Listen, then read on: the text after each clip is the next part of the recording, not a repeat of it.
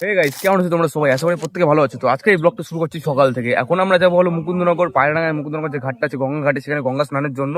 তো সকালবেলা এসেছিলাম এখানে মাঠে দৌড়াতে, তো দৌড়াতে হুট করে একটা প্ল্যান করলাম বন্ধুরা মিলে, চলো আজকে যে মুকুন্দনগর ঘাটে স্নান করতে যাওয়া যাক। তো ওখানে আমার এই দাদা আছে, বাইক নিয়ে এসেছে, আর আরো সবাই আসবে ক্লাবের মধ্যে। তারপরে এখান থেকে আমরা যাবো মুকুন্দনগর ঘাটে, বাইক নিয়ে যাবো। তো কি হলো এই ব্লগটা সেটা দেখার জন্য সেগুলো দেখতে থাকো।